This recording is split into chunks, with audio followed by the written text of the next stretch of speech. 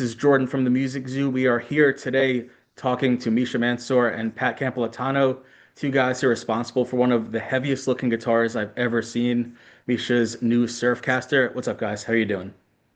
What's up? Thanks for having How's us. it going?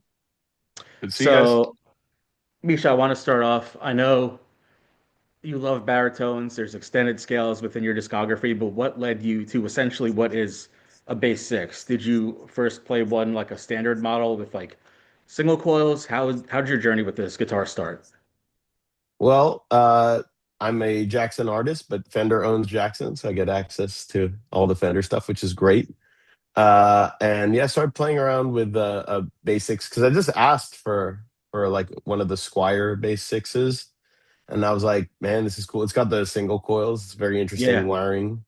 And I was like, this is pretty wild. And you throw it through some heavy distortion, it sounds really cool. And then that led to like a logical next step of like, I wonder what this setup would be. So effectively that 30-inch scale and like, E to E tuned an octave down. Yeah. But with my setup, which was very much the same question I asked with that the SoCal Strat that we did, right? um, where it was like, well, I love Strats and I own some really sick ones. I mean, I think you helped me pick out. I think I got my custom shop Strat from you guys, The and you red helped me one? pick out.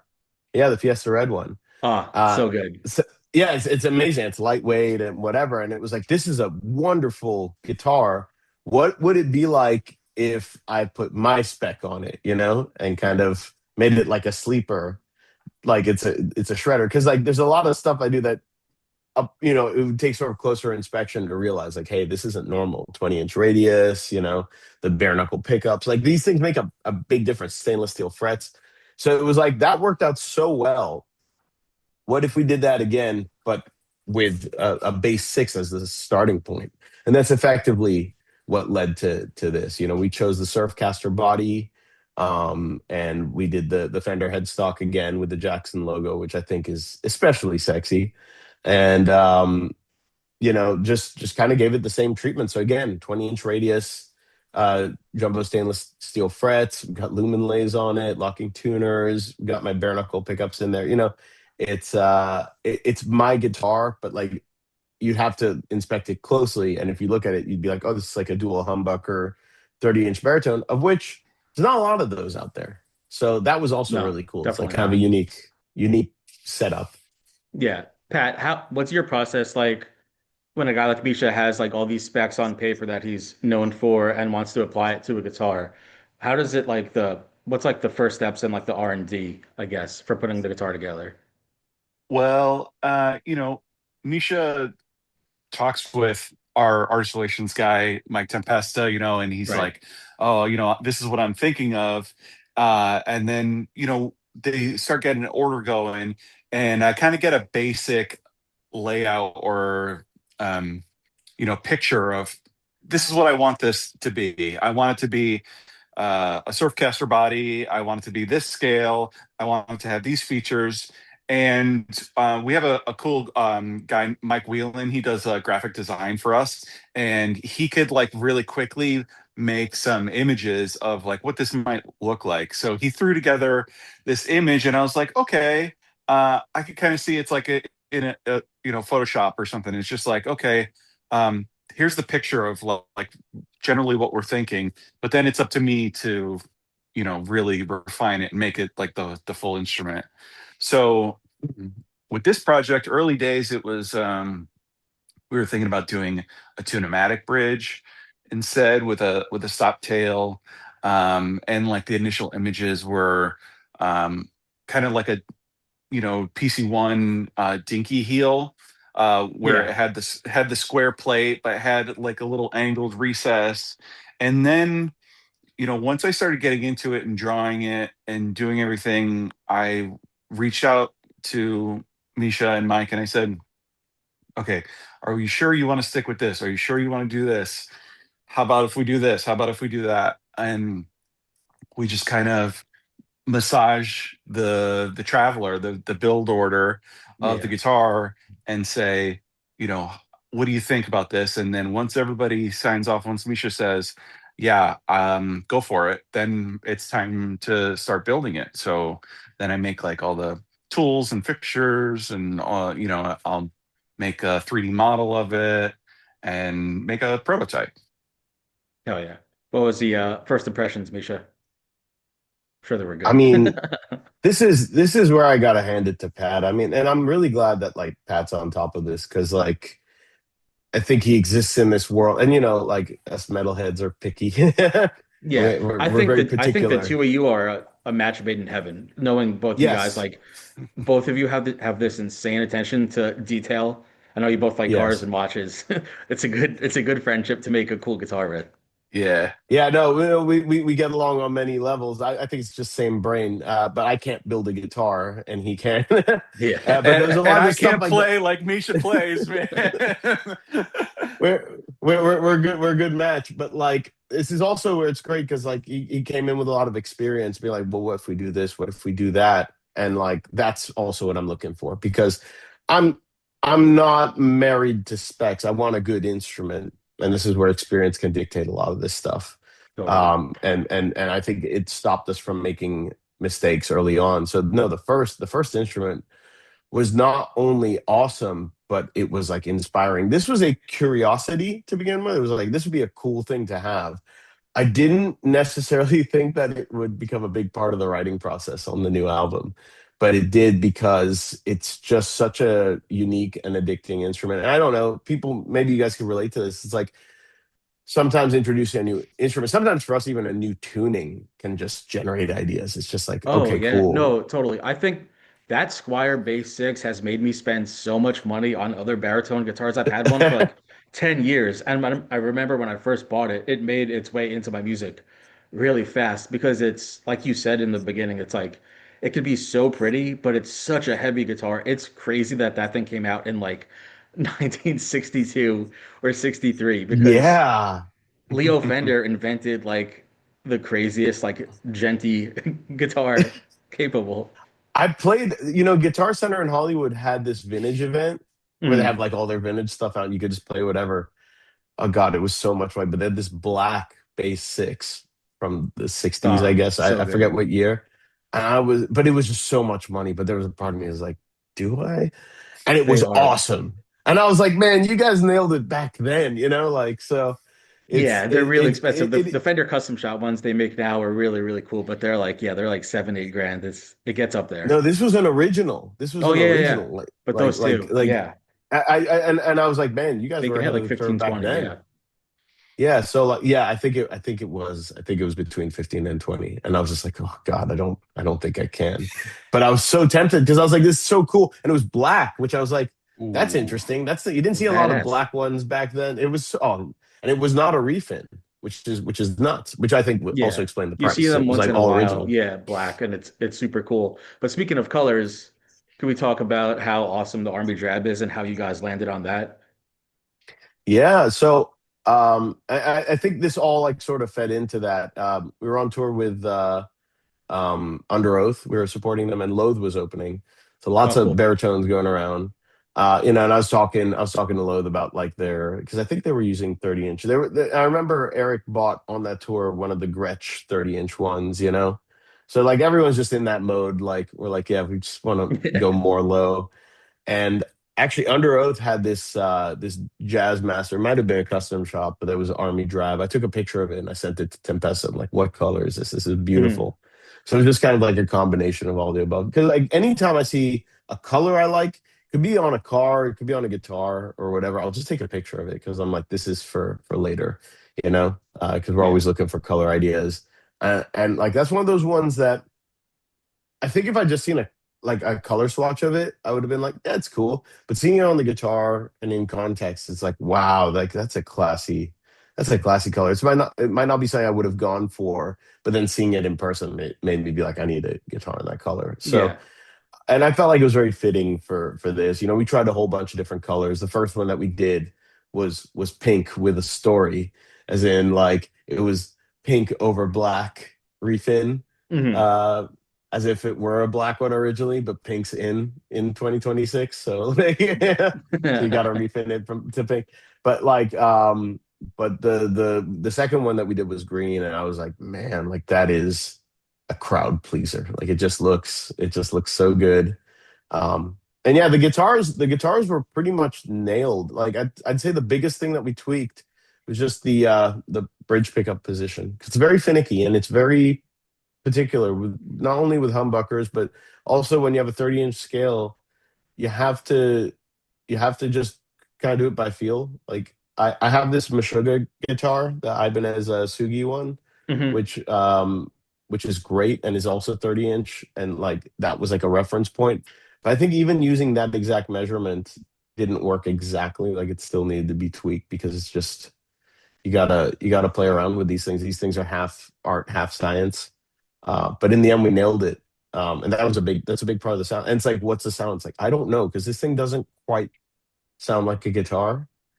And Yeah.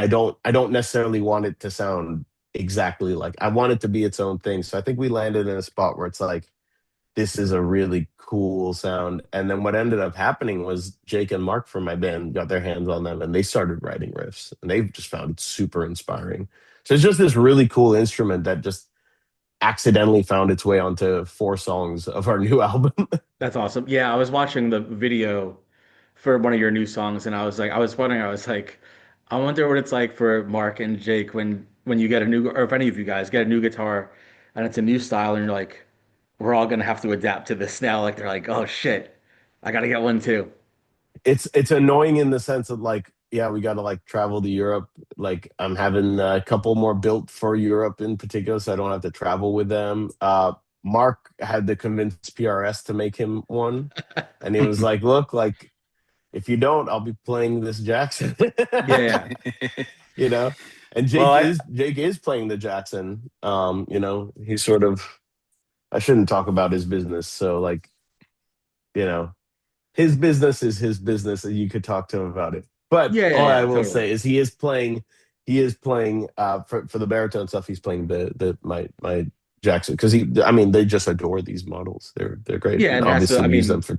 we talked about that when you were last year, like with like Evertunes and stuff. Like if one person's using an Evertune, you all kind of have to get on board. Like the intonation and the tuning of going down that low, I'm sure you guys are just like microscopic with it.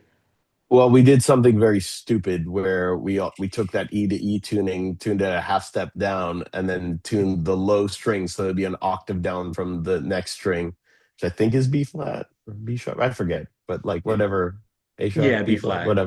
B Oh, flat, I see. So like the sixth and fifth are doubled. But an octave apart. So Mm. you're talking about B so that flat low string, zero. Yeah, it's yeah, a Yeah, B B flat right. flat zero, zero, and then B flat one. Yeah, it's and that low. B flat zero is unison with the bass because it's Hell so yeah. low. Like an octave below that is inaudible. So and my it's the first time we've done unison. I'm kind of normally against unison because you lose a lot of low end. But a 5 string bass tuned to B flat zero is generating a lot of low end. That's a very sweet note. It's actually a great note. So like you get a lot of low end even in unison. And like it's funny, we put out the first single, Mr. God, Mhm. which is basically us riding the low string the whole time, like pretty gratuitously, and it's awesome. And it's one of the first things I wrote on the baritone actually, because it's like, how could you not? Just it just sounds so good, just riding the low note. And yeah, like that's like people were like, well, I can't tell. Are the guitars soft? Is the bass loud? It's like it's all the same, man. It's all it's Yeah. all kind of the same. You're here. It's tough to differentiate what's what, and that's by design. It's just wanted it to sound like this big machine. Yeah. Effectively four instruments will be hitting that note live. Which I'm pretty stoked about. So It's gonna be like, awesome. yeah, Yeah. like, and this is a testament to Pat's work. Is like, it's already enough of a challenge to get that E to E an octave down to work, and be clear. But this is a note that's like, I mean, on pretty much anything else would be inaudible. Like it's just, and it's borderline inaudible, but these instruments pull it through, which is Yeah. amazing. That's awesome. And like that was very important because we didn't want to go like gratuitously low, but it just sounded good, and we were coming up with riffs, and that sort of relationship we've used that before. Where like sort of you drop that low string so it's an octave down from the next string. We've used that on a song called Reptile, like Zagreus. We've used that tuning, and there are some bands, I know Sixth uses that tuning. I'm pretty sure Mastodon uses that tuning at different ranges. And this is just the lowest version of that tuning that I'm aware of. Yeah, I think like So, Mastodon does it on like Mother Punch or some songs like it's like drop A for them or something like that. right. And it'd be Or like then when you're playing a A, power chord on the fifth and sixth, it's an octave. yeah, It's yeah, badass. I love that tuning. yeah, Yeah. yeah. But that on like a So bass six register is just mental, and I'm glad you guys pulled that's it off. exactly That's right. sick. It's just way too low. And I think that's what we love about it. So yeah, we wrote one third of the new album on this guitar. And I mean, that's like the coolest part of like a new weird guitar in your collection. Like you never know what kind of music it's going to inspire, and clearly you guys ran with it, which is really cool. Yeah, I mean, again, it started out as a curiosity. Look, I'm very lucky and very blessed to have a company that will just take my crazy ideas and be like, "Sure, we'll make that for you. Why not?" Yeah, But like, they could have made it for me, and I could have done absolutely nothing with it, and that would be fine. Like, that wouldn't be a problem. It was just kind of like, yeah, I'm curious. Maybe I'll use it occasionally. Maybe it'd be cool for like a one song thing. But I think what we didn't expect was for it to be such an inspiring instrument. Like that's what really caught us by surprise. And again, I think, oh, it's my weird brain. I'll like it. And Jake and Mark will be like, yeah, it's cool, but like, man, that's weird. Like, I don't know if I like that, or I don't know if I like this tuning. But they just ran with it, and the riffs just started to flow, and that's when you hell know you yeah. found something special. That's what it's about. Did you, I know this from personal experience, did you have to change anything about like your pick attack or the actual pick itself when you started playing this guitar? No, I think the non-Evertune models, especially that low. If you were in Yeah. like E to E, it would be fine, but like that low, you had to be a little bit careful. But like that's why we did the Evertune models for the studio, and then you can go for it. Yeah. Not I only really. You asked can because go for like the attack. I think my bass player copped something from Nolly in one of his like bass interviews where he talked about pick thicknesses. And Yep. he said something like thicker picks, cool, but like on bass and heavy strings, like a thinner pick gives you that like thunky, like compression, like thwack to Yes. it. So he started to use it and then I tried it. So whenever I'm playing bass six or baritones, like your scale, I'll use like the yellow Dunlop. So it's a little more like flicky.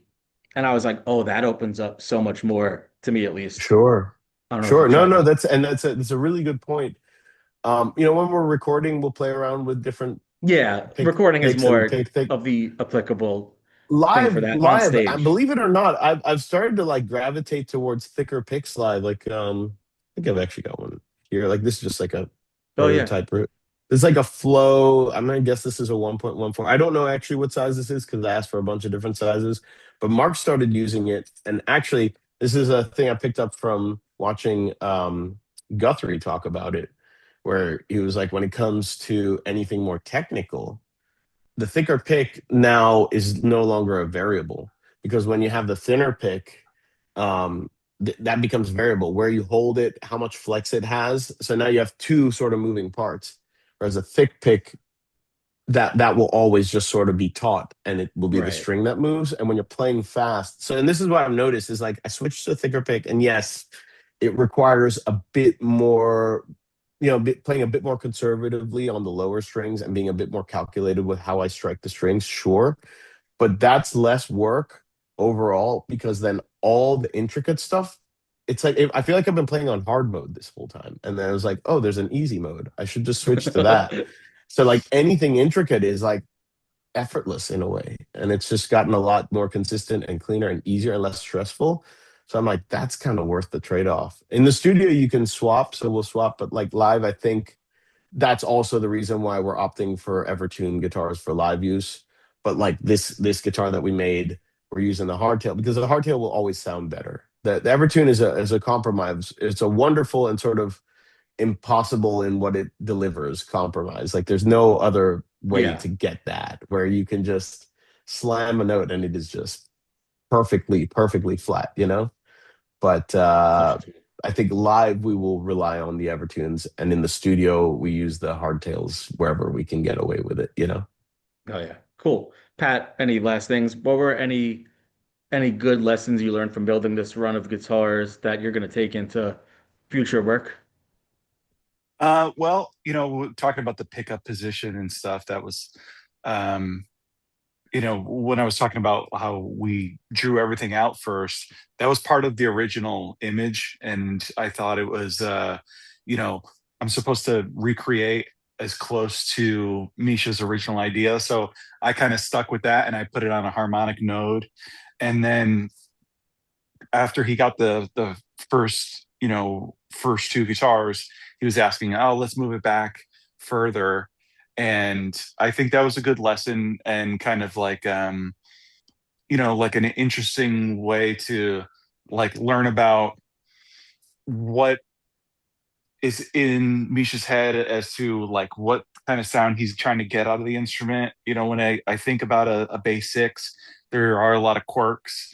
Um, it is super cool that it is from the 60s, and you think, you know, Leo invented the electric bass too, like that these were all like new inventions of the time, and kind of bringing that idea forward into today, and thinking like, oh, okay, is he asking for the pickup here because he's expecting this sound? He's expecting a little bit warmer sound from the bridge pickup. He wants it to be a little smoother sounding, or is it just going to be, you know, we could bring the bridge even further back, but the further you get towards the bridge, or where the string anchors, it vibrates less.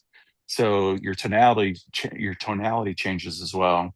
So that was like a fun way for us to balance, like, okay, what is the right position for this? And the neck shape, like a lot of the old bass sixes, like the E strings are really close to the edge. Yeah, they So are.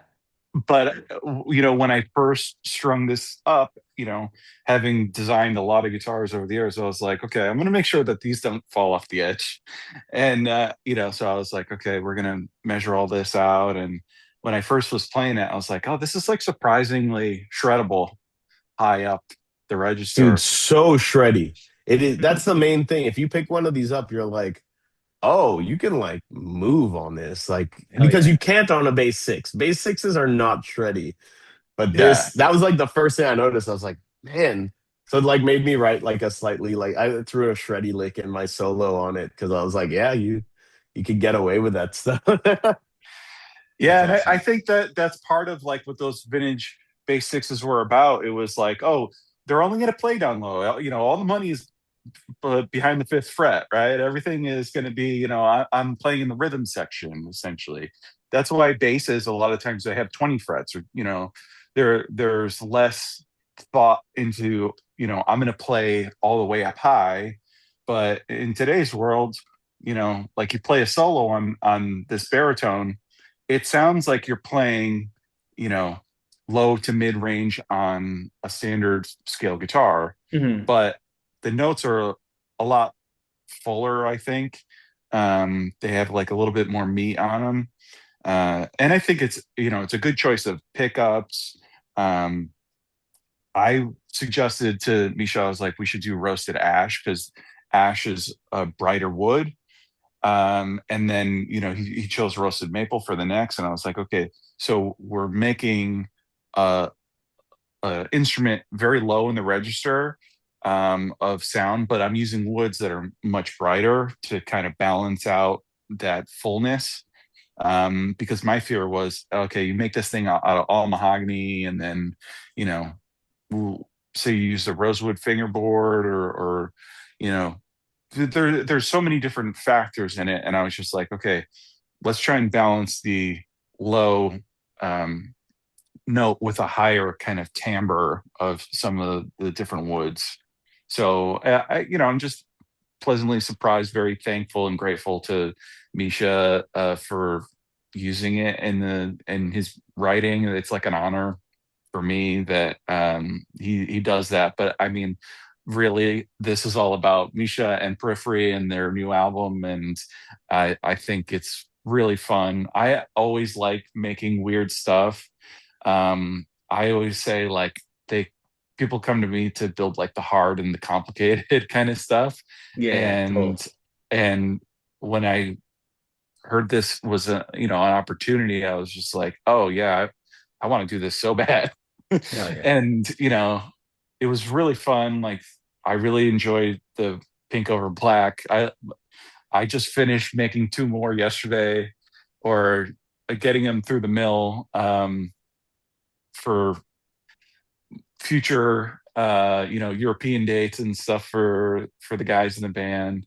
And I'm looking forward to those because they're, I'm like, oh, we should do midnight purple, we should do, and I constantly was throwing Misha ideas for colors. I was like, hey, we should do this gray off of your car, we should do this, or whatever it was. um it's just a fun process. So I'm very grateful, and thanks to him, thanks to you guys too, and all the dealers and fans of Periphery who supported this project. I think so far it's been a success. So I'm looking forward to making this batch of guitars for all of the customers and players throughout the world. I mean, this is really what Misha gets. I'm going to make it the exact same thing for literally everybody else who orders this guitar. You're not getting a it's similar. You're not getting it's close to. It's literally, if Misha comes to your town and his fell off the bridge, fell off the back of the Oh, U-Haul, God, Lord. he could come to your house and grab yours and go Yeah, right it'd be on good to stage with go. it. Hell And yeah. and that's what Actually, it's. I should note, dude, because I got the promo one to film, um, and man, I think, as with any new instrument, you iterate, you just get the hang of it. And this is just a new weird thing, so of course everyone's going to be better and better. But the starting point was so great. But man, that one, I was like, man, I almost wish we had this one to record the album. Like that one, like came out so sick, and I was like, I'm keeping this one. I told Tempesta, I was like, I know you need it for pictures, but Yeah. once it's done with, like, I'm getting this one back because like I'm like I can already feel like this is gonna be my main recording one. So the run, I feel, is like optimized. I'm not. I know I sound like I'm shilling. I probably should be saying that, but like genuinely, like I feel like that one hit a new level of like, I get it. We all get it. Like now, this is now a refined concept that we all fully understand. We finally nailed absolutely all the details. The finish came out super cool, and there's just that guitar just has so much mojo. So I actually can't wait to get it back to start like writing with it and It's recording some awesome. ideas with it, because it just sounds like I'm like, this is gonna be the one for me. Like this is gonna be the recording one. I may never let this one leave the house. Yeah. That's awesome, man. Glowing review. I think we've got reserves on two so far. I think that's all we can get. We have to beg for a second one. So from They our are hard end, to get. There's not many of they're them. hard to I hope get. that And I know. but we sold them. So sweet. And I appreciate you guys doing all this work. And I appreciate you guys pushing Jackson into new territory, subsonic, crazy, low frequency territory. Yeah, I'm gonna keep throwing wild ideas at Pat, and Hell yeah. we'll see what comes We'll see what out. happens. Hell Here yeah. for Well, it. it was good to see you guys, and I don't want to take up too much more of your time. So just thank you, and keep on doing good, crazy, heavy tuned, low work. We'll do our best. All right, Thanks, man. Thanks. guys. I'll see you guys later. Later, Pat. Later, Take it Misha. easy. Bye.